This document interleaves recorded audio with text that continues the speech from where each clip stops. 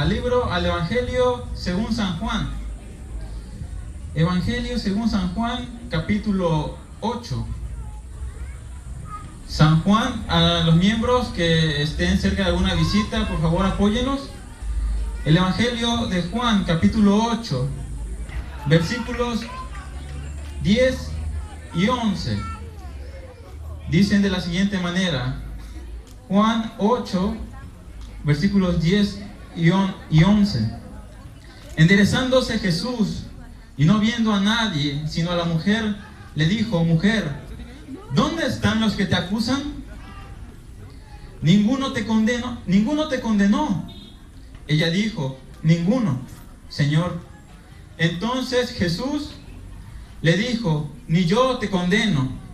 Vete y no peques más. Así como vamos a inclinar nuestros rostros para tener una oración. Padre nuestro que estás en el cielo, santificado sea tu nombre. Señor, en esta hora te damos las gracias nuevamente porque nos permites congregarnos para escuchar tu palabra, para entender el mensaje de vida que tienes para nosotros. Un mensaje que nos liberta de la situación en la que se encuentra el mundo actual. Gracias, Padre, porque hasta aquí no nos ha faltado nada. Porque hasta aquí, a pesar de las carencias, nos has dado alimento, nos has dado vestido. Gracias, Padre, por la salud que nos das todos los días. Y te pedimos que al meditar en tu palabra, tu Espíritu pueda tocar nuestra mente y comprender las verdades que tienes preparadas para nosotros. Te lo pedimos y te lo suplicamos en el nombre de Cristo Jesús. Amén. Bien. Hace ya muchos años, tendrá como unos 3, 4 años, en una ocasión, un amigo confió en mí. Y ese amigo me contó muchas cosas. Pero su servidor aquí tuvo el descaro de divulgar lo que se había contado en aquella ocasión. ¿Saben? No es difícil reconocerlo, no es fácil reconocerlo, porque le fallamos a alguien. Ese amigo se enteró de lo que había sucedido y nos reclamó, me reclamó más bien, y lo hizo de una manera dura. Yo hasta ese entonces no había pasado por una situación como esa.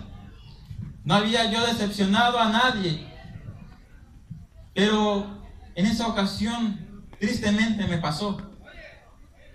Y podrán pensar, o podré yo excusarme, quizás, no sé, sin querer lo dije, pero estudiando este tema, descubrí que no, que en aquella ocasión no lo hice sin querer. Lo pensé, lo analicé. Calculé cada cosa que iba a pasar. Pasaron los años, yo quedé tocado por esa experiencia. Y ese amigo quedó resentido conmigo. Yo no tuve el valor de pedirle en aquel entonces una disculpa o de acercarme a él por miedo. No tuve el valor de ir a buscar el perdón. Hace un año aproximadamente, medio año más o menos, nuevamente se nos dio la oportunidad de volvernos a encontrar, ese joven y yo. La primera cosa que yo pensé cuando lo vi es: aquí me va a agarrar y a ver cómo me va. Yo estaba preparado para que pasara cualquier cosa y no iba a meter las manos porque entendía la gravedad de lo que había hecho. Queridos, pero la circunstancia fue otra. Ese joven me mostró que muchas veces tenemos la equivocación de creer que no merecemos perdón. Ese joven me mostró que no porque nosotros seamos de la iglesia y las demás personas no lo sean, no quiere decir que ellas nos pueden mostrar lo que es el perdón. Ese joven me trató amablemente. y platicamos de cómo había pasado nuestras vidas hasta ese entonces. Y pensé, ya se le olvidó, qué bueno. Pero en algún momento de la plática él sacó ese recuerdo y me dijo, no te preocupes, ha pasado ya mucho tiempo y yo lo he aceptado y lo he superado. Yo te perdono, me dijo. Saben, queridas visitas, queridos hermanos, cuando él me comentó eso, realmente yo me sentí librado. Sentí que esa carga había quedado en ese lugar. Yo me prometí a mí mismo y con la ayuda de Dios dije, no volveré a defraudar a nadie. Lo que me cuenten, si me llegan a contar algo, allí se quedará. Las palabras se las llevará el viento. En esta ocasión, vamos a ubicarnos en lo que fue nuestra lectura bíblica. El libro del Evangelio San Juan, capítulo 8. Versículos del 1 al 11. Dice la palabra de Dios.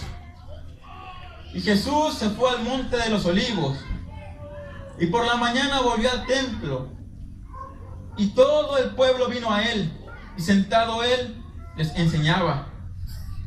Entonces los escribas y fariseos le trajeron a una mujer sorprendida en adulterio, y poniéndola en medio, le dijeron, Maestro, esta mujer ha sido sorprendida en el mismo acto del adulterio.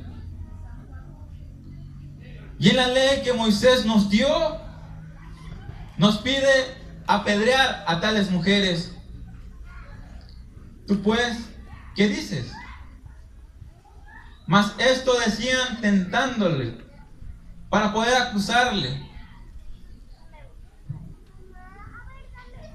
Vamos a dejar nuestra lectura hasta esta parte.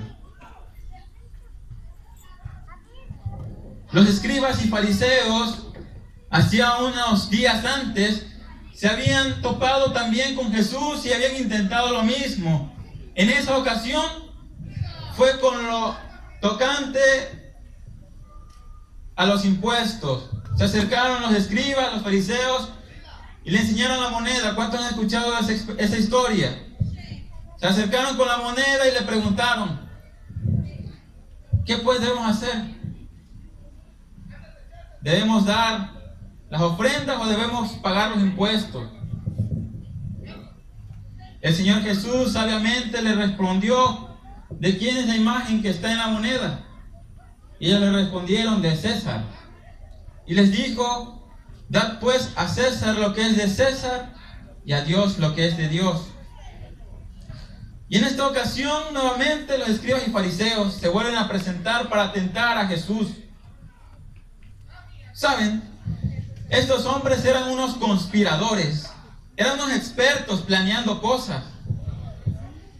¿Por qué? Porque cuando llevaron a la mujer, solo llevaron a la mujer. ¿Dónde estaba el hombre con el que estaba cometiendo adulterio? ¿Dónde estaba? ¿Saben?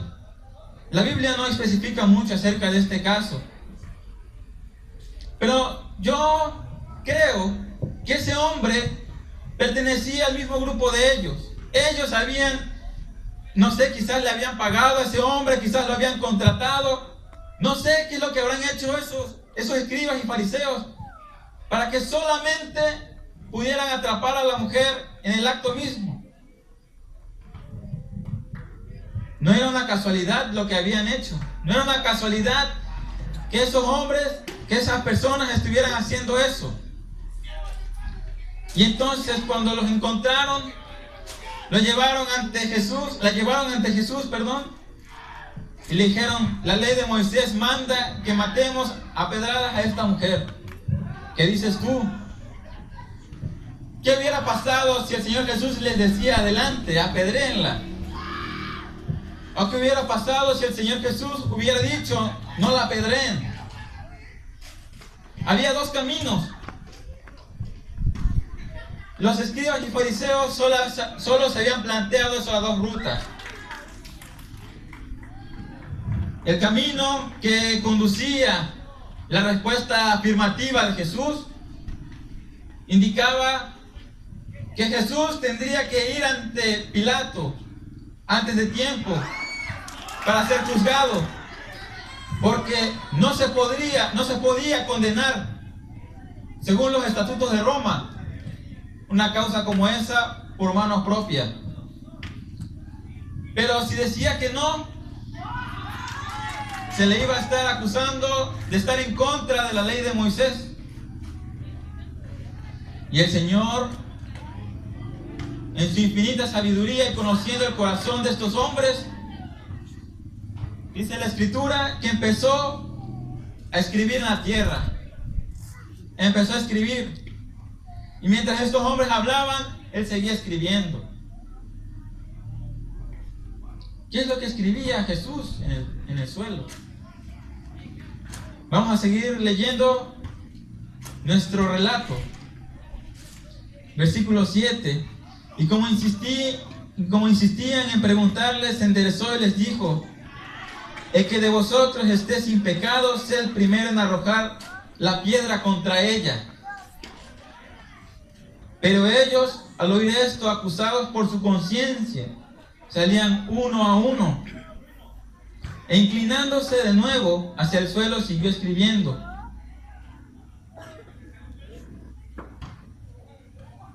Entonces Jesús terminó de escribir, se levantó, vio a la mujer y le dijo: ¿dónde están los que te acusaban? ¿Dónde están todos los que traían piedras en sus manos para acabar con tu vida? El Señor Jesús había escrito en la tierra el pecado de cada uno de los que estaba allí presente. Él no escribió el nombre de fulanito de tal y empezó a escribir sus pecados, no. Él escribió el pecado más repugnante de cada uno de ellos en el suelo. Y entonces, cuando Él se levantó y ya no había nadie, con una mirada compasiva, miró a esta mujer y le preguntó: ¿dónde están los que te acusaban? No había ninguno ya. Dice aquí la palabra de Dios que su conciencia los había llevado a apartarse, que su conciencia les había impedido arrojar esas piedras. ¿Por qué? Porque si ellos lo hacían, el Señor les iba a decir: ¿y este pecado?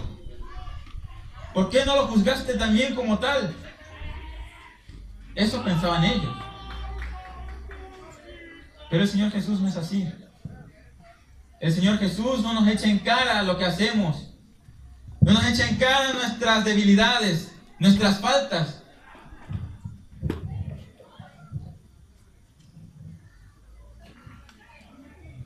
Y este relato me llevó a contarles esa experiencia. A pesar de todo, ese joven me mostró que podemos alcanzar perdón. Y si aún un joven común como tú o yo es capaz de perdonar una falta grave, cuánto y más nuestro Dios, quien envió a su único Hijo a morir por ti, a morir por mí. Pero el mensaje no es solo así. No es simplemente decir: el Señor te perdona y ya. ¿Qué es el pecado? ¿Algunos de ustedes han escuchado alguna vez la definición del término pecado? Según la Biblia, el pecado es la transgresión de la ley. Y según Romanos 6:23, nos dice que la paga del pecado es la muerte. Qué terrible situación la del pecado. Sin embargo, el versículo en su segunda parte nos dice: mas la dádiva de Dios es vida. La dádiva de Dios representa a Cristo. Cristo es esa dádiva hermosa que te permite a ti tener esperanza. Que no importa las veces que hayas fallado, vas a seguir teniendo la oportunidad de ver a Jesús cara a cara.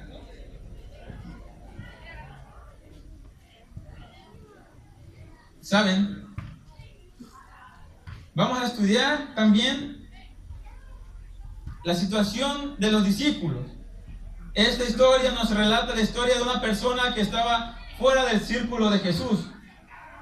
Pero, ¿cómo puede el Señor perdonar incluso a quienes estamos dentro de la iglesia y cometemos pecados? San Marcos 9, 33 y 34. San Marcos 9, 33 y 34. Dice la Escritura que en una ocasión los discípulos y Jesús iban camino a Capernaum. Y de camino a Capernaum, los discípulos empezaron a hablar, dice la palabra, animosamente. Y empezaron a entablar un diálogo entre ellos. Pero ese diálogo no lo empezaron junto a Jesús. Se iban rezagando, se iban quedando atrás. Y cada que parecía que el Señor Jesús se detenía, ellos también se detenían y se iban quedando más atrás. No querían que el Señor Jesús supiera qué estaban hablando. Llegando a la ciudad, el Señor Jesús los sentó a todos y les preguntó: ¿qué es lo que venían ustedes platicando que no querían que yo escuchara? Dice la palabra de Dios que los discípulos se quedaron calladitos. Nadie dijo nada. Nadie.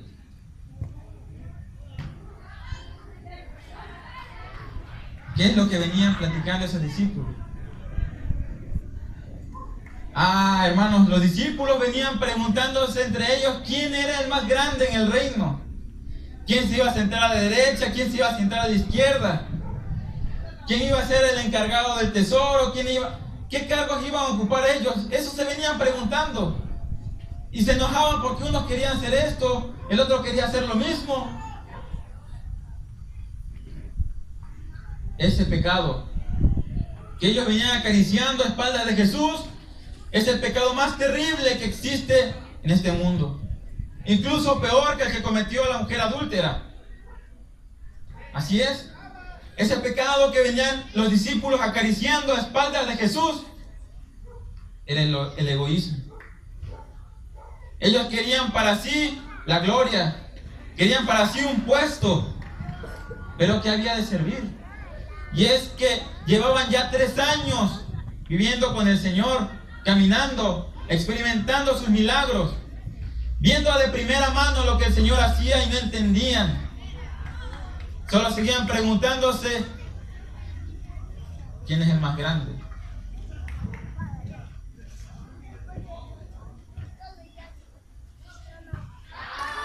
¿Saben? El Señor Jesús pudo haberlos mirado con una mirada de desaprobación y decirles: ¿saben qué? Váyanse. Ya no quiero seguir perdiendo mi tiempo con ustedes. Tengo 3 años entrenándolos y ustedes no aprenden. El Señor bien pudo haberles dicho eso. No entendían la importancia de lo que estaban haciendo. Pero ¿qué es lo que hizo el Señor? Les habló con amor. No los corrió de su presencia. ¿Saben? Notamos en esta historia algo importante. Y es que cuando empezamos a pecar, el pecado no puede cohabitar en la presencia de Cristo. Necesitas dejar de orar. Necesitas dejar de estudiar la Biblia. Para que entonces el pecado pueda tomar fuerza. Un pecado no es algo que, quizás con el perdón de muchos, no es algo que ocurre porque, no sé, así pasó en este momento como yo lo pensaba antes. Se me chispoteó, se me fue hablé de más. No, el pecado no es así, no es accidental. Es algo premeditado, es algo que planeas, es algo que acaricias en tu corazón. ¿Has tú acariciado un pecado? ¿Puedo esta noche estar hablando a alguien que expresa de algún vicio, que está allí entre nosotros, pero que acaricia un pecado, y que en las noches o cuando le vienen los remordimientos sufre porque no puede dejarlo? ¿Puedes ser tú esa persona? ¿Acaso hay algo que te está separando de Cristo? ¿Hay algo que te está impidiendo acercarte a Él? Que cuando Él te pregunta qué es lo que has estado haciendo, tú no puedas decir nada.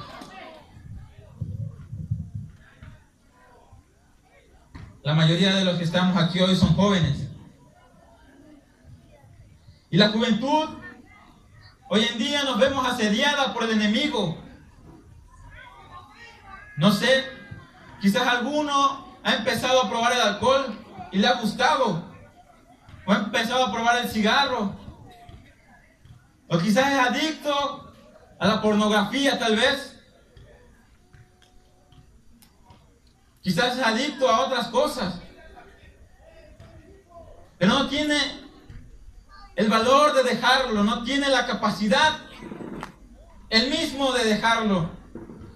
Y después de que hace esas cosas, llega la soledad y te sientes terrible. Y después de que lo hiciste, ¿qué queda? ¿Qué es lo que hay?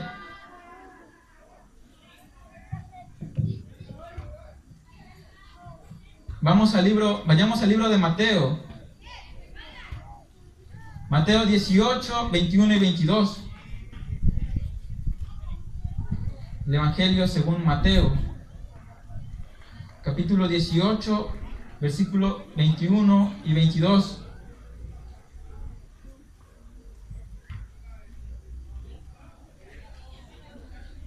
Dice,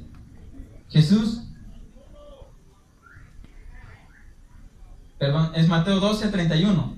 Mateo 12, 31.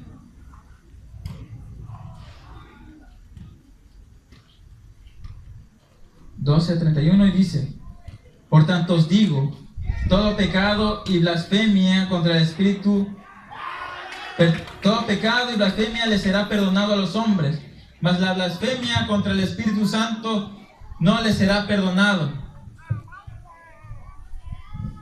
¿Cuántos hemos escuchado temas respecto a la segunda parte de este versículo, al pecado contra el Espíritu Santo? Todos hemos escuchado esas palabras cuando cuando ya no queremos el perdón. Pero la primera parte del versículo es un versículo lleno de esperanza, porque dice que no importa el pecado que tú tengas, no importa el pecado que hayas acariciado hasta hoy, Él te lo va a perdonar. ¿Qué es todo? ¿Nos hemos preguntado alguna vez qué es todo? Todo es todo. ¿No es así? Todo es todo. ¿Saben? Muchas veces no comprendemos o no nos deja nuestra humanidad comprender la magnitud de la palabra todo.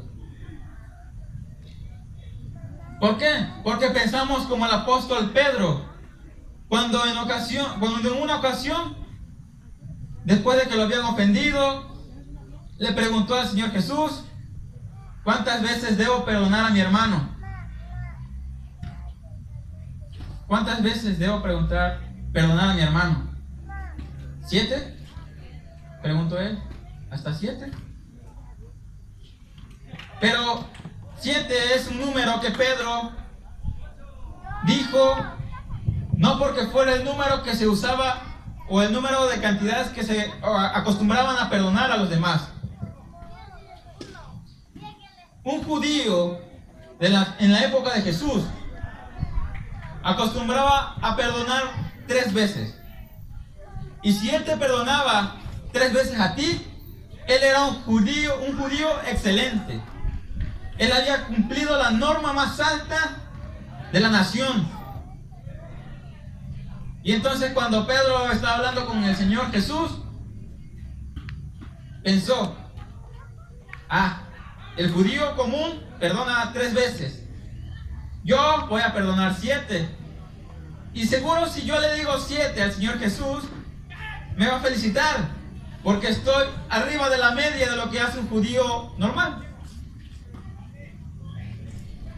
Y dice el relato que yo me imagino a Pedro esperando la respuesta del Señor Jesús, diciéndole: muy bien, Pedro, felicidades, eres un excelente miembro de la nación. Yo me imagino el corazón de Pedro allí esperando esas respuestas de aliento y de felicitación del Señor Jesús, cuando Cristo le responde hasta 70 veces 7. Yo me imagino después de esa respuesta el corazón de Pedro acongojado, triste, diciendo: yo esperaba una felicitación, yo esperaba que me felicitaran, y lo que me sale ahora es que debo perdonar 490 veces a una persona. Obviamente Pedro no se consiguió una libreta y empezó a anotar cada falta que le hacían los que conocía, ¿verdad? El Señor Jesús le quiso dar a entender a él y a nosotros que si el 7 era un número perfecto, 70 veces 7 era la magnificación de ese número. No había límites para el perdón que debíamos tener nosotros, que deberíamos tener nosotros. Ahora, ¿cuántas veces te arrodillas tú o en tu mente le pides perdón al Señor Jesús? ¿Cuántas veces al día le pides perdón tú al Señor Jesús? ¿Le pides perdón 5 o 6 veces por la misma falta? El error de nosotros es pensar que lo que hemos venido haciendo hasta ahorita no tiene perdón. Que si fallamos 6, 7 veces en el mismo día con la misma falta, el Señor no nos va a perdonar. Pero no es así, hermanos. Cuando leemos Mateo 12:31, descubrimos que el Señor va a perdonar todo pecado y toda blasfemia. Así cometieras tú 1000 veces durante el mismo día el mismo pecado, el Señor Jesús te va a perdonar. Pero ¿saben cuál es el problema? Es lo que nos advierte la última parte del versículo. La blasfemia contra el Espíritu Santo no le será perdonado. Y esta parte ya la conocemos.